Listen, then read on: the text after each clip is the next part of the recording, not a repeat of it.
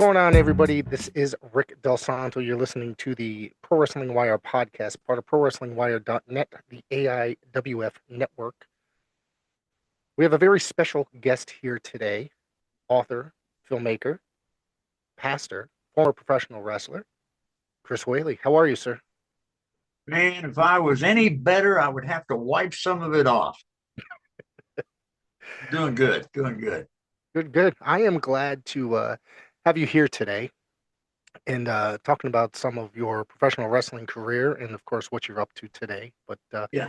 I want to learn about how did you get interested in professional wrestling? Were you involved in sports as a kid at all?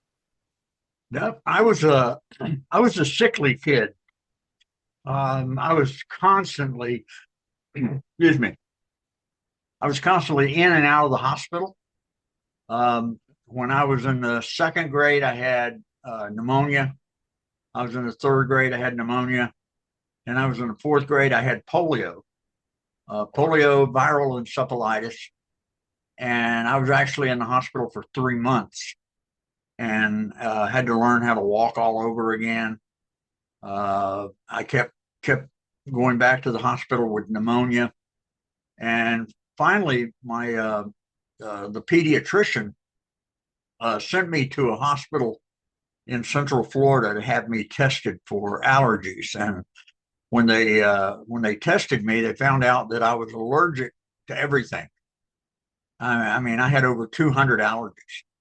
And so they started giving me this allergy medication. I started taking it daily, and I took it daily for a long time, and then weekly, and then I took it until I was a junior in college. And so, but when I started taking it, it transformed me because I started putting on weight. And this this doctor, he was a wonderful guy, and he's the one that got me going to the gym because of my legs. You know, the polio affected my legs, so he got me going to the gym, and I really enjoyed it. And so, you know, by the time I reached college, I was in great shape. And then my wife and I graduated from college together, and we moved back to Central Florida. And I got to go back. I was in the hospital so much, and you get your days and your nights mixed up. And I was up late at night, and about the only thing on was professional wrestling, and I loved it. I mean, as a kid, I loved it. I watched, you know, in Florida Championship Wrestling. My goodness, we had, Eddie Graham and the Great Malenko, Johnny Valentine. We had, my goodness, the best wrestlers in the world came here. Jack Briscoe, Jerry Briscoe, and so I loved every minute of it. And then when we graduated from college, when we moved back here, I was looking to go to a church as a youth minister. And my wife is a high school math teacher, so she's teaching at her alma mater, and I'm working a job, and I'm going to the gym every day, and I'm looking for a church. And then one day I came home from work, and I had a newspaper, and in the sports section there was an ad said wanted professional wrestler. And I jumped up and I took it to my wife. I said, look at this. And she was grading papers. And when I showed her the ad, she just kind of rolled her eyes and then went back to grading papers. And I said, I'm going. So I packed a bag. I drove over to Tampa, and I walked in, and there was the Great Malenko. He's the one that trained me, and just I was hooked on it. The moment that I walked in the gym, I was hooked on professional wrestling. And then, you know, he's trained some of the very best. He trained Johnny B. Bad, Mark Marrow. He trained. There's a guy online. Everybody knows Bob Cook. He trained Bob Yep. Cook. I interviewed Bob a couple years ago. Yeah, Bob is a great guy. Yeah, and so he trained a lot of guys, and I just, you know, I was hooked from the moment I started, and I loved every minute that I was in it. Yeah. Did you encounter any of his other students? You know, Barry Horowitz, aka Jack Hart, worked there. Rusty Brooks, Yep. anybody I like worked that? against Rusty. Yeah. Yeah. What was Yeah. that like? What was that like? Oh, Rusty was a great guy. God rest his soul. He's a super guy. We worked, I still remember, uh, we worked against him in a tag match down in Fort Lauderdale. I think it was at the Sunrise Theater. I'll never forget that. And back in those days, there were guys that were actually they were professional wrestlers, but they were boxers. They would do jobs. They would do jobs for boxers. And this guy that was his partner, he was supposed to have boxed the night before in Miami, and but the week before he had boxed, he was just there was this up and comer, this guy that was up and coming, and he was just supposed to go like 3 rounds with him and go down. Right in the first round, he backs the guy in the corner and he knocked him out. Go figure. And so when he went down to Miami to box, it was one of Angelo Dundee's boys. And Angelo Dundee said, "Wait a minute, didn't you knocked so and so out last week?" And he said, "Yeah." And he just said, "Pay him. I don't want him." So that he got like $400, and he didn't even have to box, you know. So he didn't get that boxing out of his system. Right. And so when we got in the ring, man, he hit me with a punch. He hit me with a punch so hard it knocked my jaw off the hinge. Oh my goodness. Yeah, yeah. But but Rusty was good to work with. He was good Yeah. to Yeah. yeah, he was good. I saw him in various different places growing up. I watched him in, it was WWF, and Yeah, I saw him yeah, in Savoldi's ICW at all, or yeah, as well. I meant to say, excuse me. So yeah, he got around for quite a bit, and yeah, tragically we lost him a couple years back. So yeah. yeah. Let's see. Did you work for either Global Wrestling or Sunshine Wrestling while you were down in that area around that time period? 'Cause those were groups that were I worked for. That's another bad thing, you know. yeah. When I got into wrestling, there was a buddy of mine. We're real close. We got into wrestling together. We were both trained by Malenko. Uh, we had no idea about independence, Hmm. you know. And back in that day, independents were scabs. Right. And if you worked independent, you didn't have a shot to get on, you know, with Florida Championship Wrestling because uh, Malenko and Eddie Graham were kind of having a feud, I guess, and he was not looked on very highly at that moment. I think he should be in the Hall of Fame, but anyway, So yeah, you know, I worked for just every independent that was working in Florida at that time before I went to Texas. Yeah. yeah. I know I just mentioned the Savoldis, but Pardon? the Savoldis ICW promotion went to Florida and they used a bunch of Boris Malenko students at one point. Yeah. You did you do any shows for that at all? Or were You you know, I probably did. I can't remember. yeah, But I you know if it was an independent group, I probably worked for them. Yeah. right. What brought you to Texas and you Oh worked in World Class, correct? yeah. Yep. Um, I I actually I've been a pastor Hmm. since 1988. Uh, I tell people wrestling was my dream, but the ministry is my calling. I mean, I've known since college that I was going to be a pastor. So I went to Fort Worth, Texas to go to seminary. There's one of the largest seminaries in the world is in Fort Worth, Texas. It's called Southwestern Baptist Theological Seminary. And so I'm going to seminary. My wife is teaching school, and we needed money. So I was trying to get into WCCW, and Gary Hart was running things at that time, and I was just having a difficult time. I was still working for independents there in Texas, and but I called Larry. I called the Great Malenko. I called him, and I told him what the trouble I was having, and he said get in touch with Bronco Lubitsch. And Bronco Lubitsch at that time, he was refereeing for WCCW, and he worked in the office.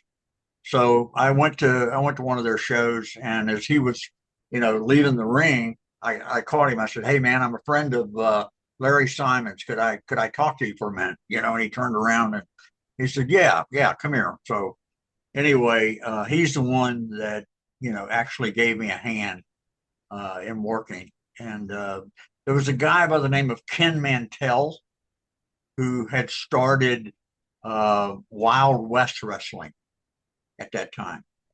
They ran And at so, Gillies. huh, They pardon? ran at Gillies. They ran at Gillies Bar.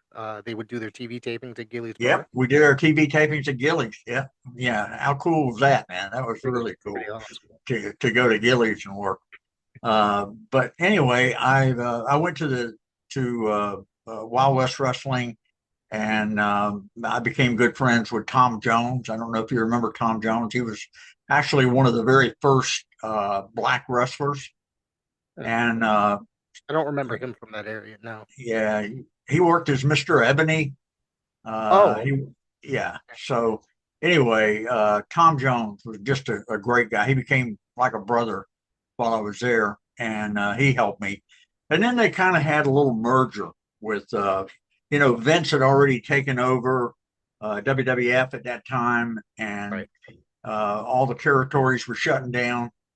And but Wild West kind of combined with WCCW, and so then I got to work for Fritz while I was there, and that was real cool too. So for 3 years, I'm a seminary student and doing what I love. I'd go to seminary in the daytime and I'd wrestle at night.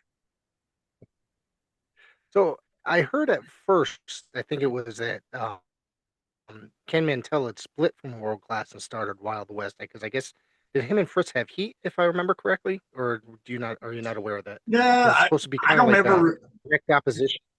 Yeah, I don't ever remember Ken. I don't ever remember him being there at WCCW while I was there, but I do know that you know whenever Wild West Wrestling started up, uh, it was another opportunity. And then I don't know the backdrop of everything. I just know that they eventually got together because I show up one night and there is uh, you know Jack Victory, who was working for WCW, and there was Jack Tatum. Do you remember Jack Tatum too? John Yeah, John yeah, Tatum. him. Yeah. Yep. Iceman King Parsons, and, you Yep. know, the the guy that was working as Lance Von Erich. He was there my first night when I walked in. I couldn't believe it. So Yep. somehow together, they got together, and then yeah, the last time I worked, uh, we were working in Mississippi. I don't know, several nights in a row, and that uh, that was that was in March of 1988. And then when I came Mhm. back, I had to just give it up because I was finishing up seminary. I was finishing up my master's degree, and so I graduated from seminary in May of 1988, and I went to my first church. And I thought wrestling was over at that point, but little did I know uh, what happened after that. Pretty much changed my life. And what was that? What would that be, sir? What's that that you? when I when I graduated seminary and I went to my first church, Yep. uh, they teach you a lot of things in seminary, but they don't teach you how to be a pastor. And so Oh, I'm learning on the job, right. and I meet this young lady coming to my church. It was kind of she was the last one that would come in for a service. She'd drop her kids off at our children's program, and then she would come in the sanctuary. She was always the last one in. And then once the service was over, she was the first one out. And then one Sunday she came in wearing sunglasses, and I thought that was a little strange. And then after the service, I always stood at the front and shook hands with people as they're going out. On that day, she was the last one to go out. And when she came out, she came up to me and took my hand, and she had her head down. You could see tears going down her cheek. And I lifted the sunglasses, and she had two black eyes. And I said, who did this to you? I said, your husband did this to you? And she was crying, yes. And I said, well, I'm gonna go see this guy. And she of course was crying, saying, no, he'll hurt you. I don't want you to do that. And I said, I ain't worried about it. So I went to his house and called him out. And I said, you're a scumbag. Anybody that would hit the mother of his children. I said, you're a 200 something pound guy, and she's a little 120-pound woman. And, bullies only pick on people they know they can defeat. Right. And so I said, I came here today to see how you would do against somebody who was able to fight back. And so we danced in his front yard, and it was a lot of fun because I got a lot of stress out of my life on that day. And that was really the first episode of The Masked Saint. Then I started having all of these other episodes, and after a couple of years, I was telling my wife, I said, this would make a good movie. And I wanted to write a book, and each chapter of my book is actually something that actually happened, there. And lo and behold, I wrote the book, The Masked Saint, based upon my life. And, then it was made into a movie.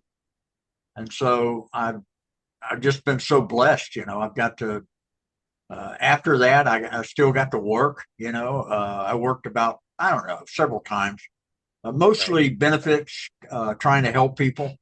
But, those are some of the greatest, man. The last benefit that I did, I had Dory Funk Jr., I had Rick Rude, I had Bugsy McGraw, Dick Slater, my goodness, I'm trying to think. Oh, what's his name? Nikita Koloff. Had Nikita Koloff on the show, and so here I am, all these years after I'm supposed to be out of wrestling, that I'm still able to get back into the ring and work against some guys. So it was a great time. It really was.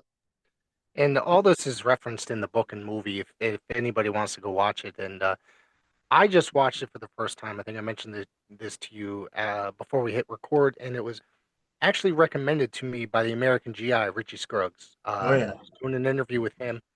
So I do a very, obviously this is a very old school podcast, and I used to watch him in South Atlantic, and we were having a conversation. I had no idea how much about wrestling for Christ or any of that stuff that he was into, and it just took our conversation. Just we started talking about that because I recently became a Christian this past summer, and dedicated my life to Christ, and I got baptized at the end of August 31st, 2025. I got baptized. So Oh, that is awesome, man. thank you, Absolutely thank awesome. you, thank you. But I really enjoyed the movie. I thought it was fantastic. Like I said, I got my wife to watch it, and she'll watch all sorts of Christian based movies.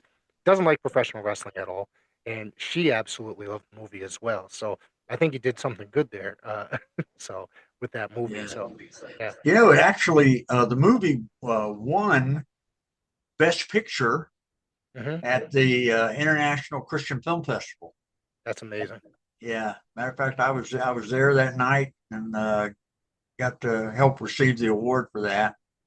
Uh, and unfortunately, the movie was actually made in November of 2013. The movie didn't come out in theaters until January of 2016. Next month will be the 10-year anniversary. That's amazing. That is But amazing. it came out in November. Well, it was filmed in November. Roddy Piper passed away, I think, July 30 or 31 of the next year, which was tragic. He never got to see the movie complete, which was sad. I did an autograph signing here in Orlando a couple of years ago, and there was a young lady that came over to my table, and she said, "I just want you to know, out of all the movies and things that my dad did, yours was his favorite." And I looked at her, and she said, "I'm Roddy Piper's daughter. What's her name? Teal, I think. Yeah, Teal. yes, She's yes. Bill Piper. yeah, she's a wrestler. Yeah." And so I got to talk with her, and that was a neat time. I just told her how much her dad meant to me. I mean, he was. Yeah, I worked against him like 25 years before the movie, and Oh so wow. yeah. So when I went to the movie set, and I saw him, and I went over to him, and I said, "I know you don't remember me." I said, "But you kicked my butt royally 25 years ago." "Oh yeah, man, I remember you. Come here, give me a hug." He was just a sweet guy. He really was. I've met him probably 1995. He was a Yeah. very cool guy. He used to come up here for autograph signings at the independent shows all the time. And Hmm. I remember the day he died because I was driving in my car. I was on the highway and I heard it. They were talking about it on the radio, on just Yeah. regular FM radio. And my heart sunk because Yeah. to me, he was like one of my childhood heroes. You know what I mean? Growing up watching him in the 1980s, and he was awesome. You know, Yeah. awesome. Yeah. He was not only a great wrestler, but Mhm. he was a great actor. Yeah. I Oh mean, yeah. I think the first movie he made was called They Live. Yeah. Science fiction movie by Yeah. crap. What the hell is his name? I forgot the guy's name all of a But sudden. anyway, that movie has a cult following. Oh yeah. Yeah. Yeah, yeah, everybody loves They Live, and then he did so many things, and so many times on TV. You know, Yep. I, I'm watching uh, I'm watching Texas Ranger, and there he is on that. And I watched something else, and there he was on that. So he did a lot. If you IMDb, if uh, you look at all of his stuff, it's amazing the stuff he did. It's funny because I was watching an episode of the Highlander TV show, and he was in an episode of that as one of the enemy, one of the villains in that. And I don't remember that happening as a kid when that show was on the air, but I was so surprised because I mean, because I'm a huge Highlander fan, a huge science Yeah, fiction, fan, and love the TV show, love the movies, and then to yeah, see him in that, it was just awesome. So yeah. yeah. So tell me, what else are you up to these days? Well, I'm trying to. Um, I'm trying to. I wrote a Christmas book also. I'm trying to get that made into a movie. Um, there's a real good friend of mine, Mark Marrow, who wrestled as Johnny B. Bad, and he wrestled as Wild Man Mark Marrow, and he was WWE Intercontinental Champion. Yep. And he had a book that came out last year called Bad to Good, and it's doing great. And um, I was talking to him, and he wrote that with a guy by the name of Ben Veal. Mhm. And Ben Veal is also writing books for, I don't know, two or three WWE guys right now. He's doing their stories. And so I contacted him, and I said, I'd really like to redo The Masked Saint and have somebody who was a professional writer. That was my first writing attempt.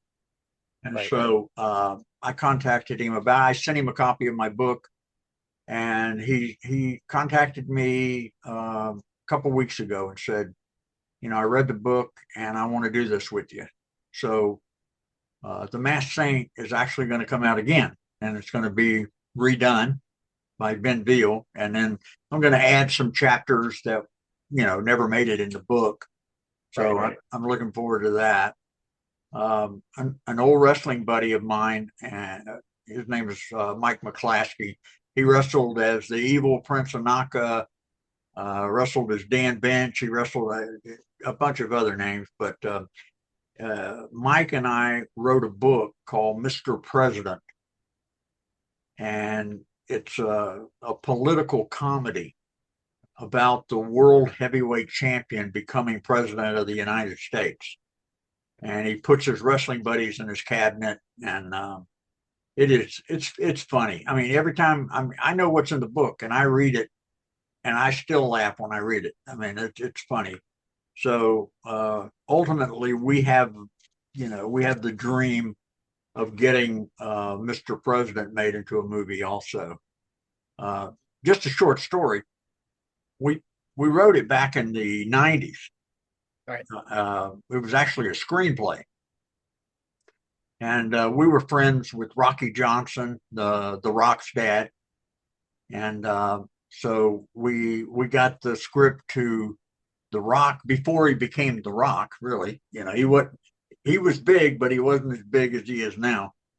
Right. And anyway, he ended up saying he wasn't interested. But amazingly, 6 months later, he's on a late night TV show saying that he might run for president. I And don't know then, if that was 100% serious. I mean, it could have been, but you yeah, know, people have been talking about that for a number of years now. Yeah. but the first person that we got it to was Hulk Hogan. Oh, really? Got it to Hulk Hogan, and he said he wasn't interested. But amazingly, he's on late night TV one night, and he's talking about running for president. So, you know, They're all taking your ideas. yeah, yeah, yeah. But it is a great story. You can get it on Amazon. It's called Mr. President with a question mark. Uh, but it's a great read, and we still got hopes. Right. It's amazing once you have a movie made about your life. It's amazing the movie people that you meet, and so I've still stayed in contact with those people, and some people they say, yeah, I might be interested in that, but then they never get back to you. But it's a slow process, but I'm hopeful. So you said that you wrote it as a screenplay. So there is a chance that it could be a movie at some point, right? Oh yeah. The screenplay is finished. Yeah. It's a great screenplay. I It's a would great love it. book. Yeah, I think I'm gonna go and buy it right now after we get yeah, off. yeah, So it sounds very interesting because I like to read a lot. I actually read a lot. So, yeah. um, and it's mostly online, but it's and I'm a really big into the history of wrestling. So I always buy wrestling history books, especially about the territories, and that's like where Oh man. So yeah, you watch the Dark Side of the Ring a lot, huh? yeah, I watch that. Yeah, Yeah, yeah. yeah, Especially if it's something that I'm very interested in. yeah. Like if it's Oh, and I forgot to mention we have a TV show that comes out every Monday night at 7:30. It's on Abundant TV. It's the number one show on Abundant TV. It's called The Clash, Clash, The Clash. And matter of fact, we have interviewed, my goodness, we've interviewed B. Brian Blair, we've interviewed Ted DiBiase, we've interviewed Glenn Jacobs, who was Kane, Mhm. and now he's the mayor of Knox County, Tennessee. You see him on Gutfeld. We've interviewed Jody Malenko, who is the Great Malenko's son. Yep, he spent some time wrestling in the southern area in Florida. He did some time in North America. Japan. Yep, Japan, NAWA under Paul Jones, uh, Yeah. and of course his brother Dean Malenko was. They tag teamed in Japan. Yep. When I was being trained, I got to work with Dean and Joe. That's amazing. Yeah. Yeah. Matter of fact, the hardest match I ever had. No, I got the top two. The hardest match I ever had was Bruiser Brody. That guy when he kicked you, he kicked you. Yeah, let's talk And about Bruiser Brody because yeah, obviously and it's. then I was going to ask you about him. So yeah. Go ahead. no, just what was it like working with him? I was going to ask if you ever did, and Yeah, the I part was. Yeah. I'm just a nobody working against Bruiser Brody, and unfortunately, he didn't treat guys that very well. And I mean, when he was a big guy too. Oh gosh, he was big. And when he hit you, man, you felt every inch of it. And when he kicked you, I mean, I I got a concussion from it. Oh wow. Yeah. I mean, I don't even know how I got home that night. Yeah. So it was pretty bad. Yeah. Yeah. Uh, So, what did your wife ultimately think of you at being a professional wrestler? You guys were already married, and you said that yep. you were going to train as a professional wrestler. But once you finally did it, or once you did go ahead and do it, and you were, doing your gigs and stuff like that, what did she think? Did she think you were going to get hurt and all this other stuff? Oh, I did get hurt. Yeah. Yeah. Oh man, I've had so many injuries. She was just like, I hope you make enough to pay for the doctor bills. Uh, but we've been married for 50 years now. Congratulations, that's Yeah, awesome. May the 2nd of this year, we hit the 50 mark, and she has always been supportive of everything I've done. So she was very supportive. She get a little nervous watching me getting thrown around, uh, but she's always been my biggest fan and my biggest supporter. Right now, you wrestled as the Saint, correct? And then it, Yeah, I wrestled as a Saint, right? right? Okay, that's right. And do you still watch wrestling today at all? No, I hear that a lot from people. It's completely different uh yeah, than it yeah, was back in the day. Yeah. yeah. I talk to people today, and they talk about, well, it's all choreographed and it's all this and that. You know, I didn't even know who I was wrestling until I showed up that Right. night. Yeah. I mean, you call the match in the ring. Yep. I mean, if you know what you're doing, you're not going to have a problem with that. Um, I'm friends with Jeff Jarrett. Matter of fact, we've interviewed Jeff Jarrett too, uh, and he is pretty high up in AEW, Yep. He's still and working today. Yeah. Yeah. and I knew they were coming to Florida. I think first time was over in Tampa, and so I just texted him. I said, "Hey, would you mind if I come over?" And he said, "No, come on over." And so I went over, and I got there a couple hours early, and I went in, and lo and behold, I mean, all those guys were in the ring, working on what they were going to do that night on the show. I was saying that must have been pretty nice to do, be able to do that kind of stuff. But that's not the way it was in the old days. You didn't, you call the match in the ring. Did you stick around to watch the show at all? I stayed for most of it. Yeah. What did you think? Honestly, be honest. Um, they had some guys that were great. Um, wrestling has changed so much. It's all high spots today. Right. It's just constantly one high spot after another. I told Mark Merrow when we were interviewing him, I said, you are the guy that started this. I said before Johnny B. Bad and Wild Man Mark Merrow, you see guys do stuff off the top rope, but he was the first one. He would do a flip in the air and Right. come down on the guy. I Right. said, that's commonplace now. Yep. That's. I mean, you got guys that'll go halfway across the ring off of the top rope doing flips and stuff. I mean, going over the top rope and diving on somebody outside. It's just, it's amazing. That night in Tampa, there was a match. I don't know who the guys were that were working, but he threw a bag of thumbtacks on the mat, and then he body slammed the guy on the thumbtacks.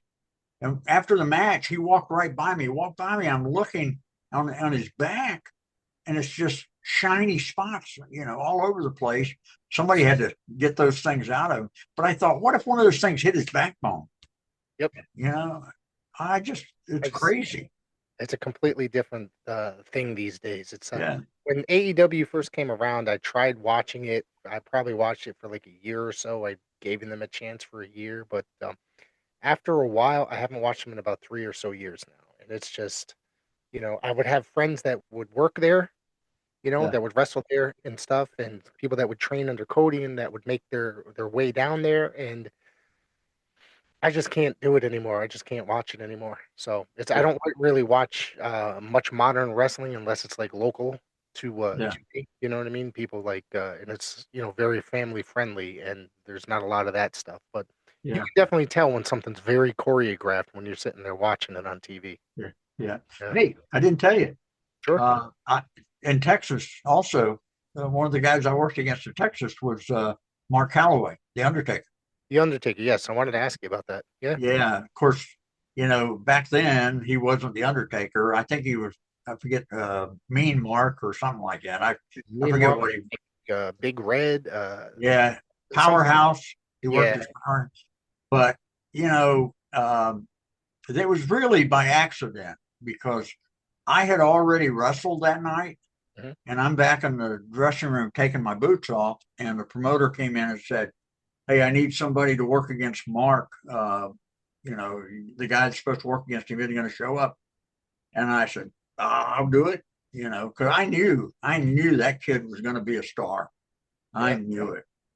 And he And was for almost 30 years or something like that. He was. oh yeah, a long time. Yeah, Yeah. but yeah, I went back in. He's like 6'8", 315 pounds, and man, I tell you, he did the full body press with me. That's a long way down, buddy. That's a long way down. And he was great. He was a great kid. He was great to work with.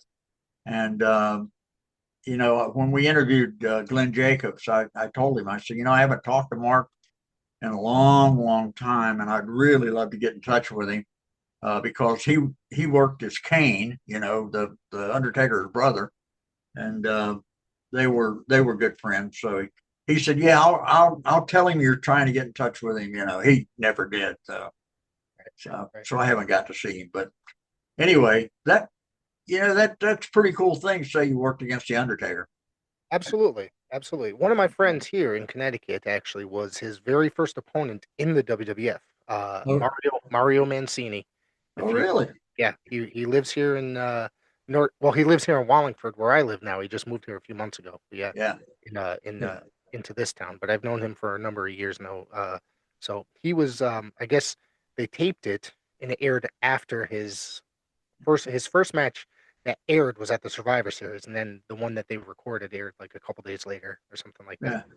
Yeah, That's great. that's how they did it back then. Yeah. Did you ever have to like back around that time period that you were in World Class? Did you ever get to work with like or interact with the Ultimate Warrior at all? Worked against the Ultimate Warrior. Yeah. Or what Yeah. was Jim? He wasn't very fun to work against.